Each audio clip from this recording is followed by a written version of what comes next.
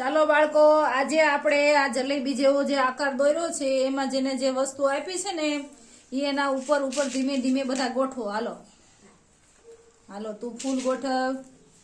હાલો, તું પથ્થર ગોઠવ.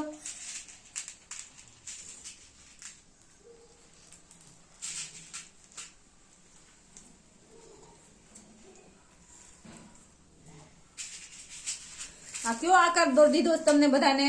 જલેબી આકાર.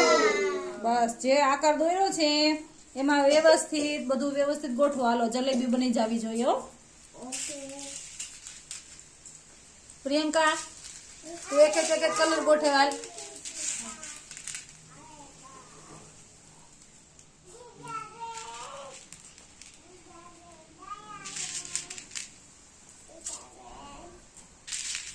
સરસ.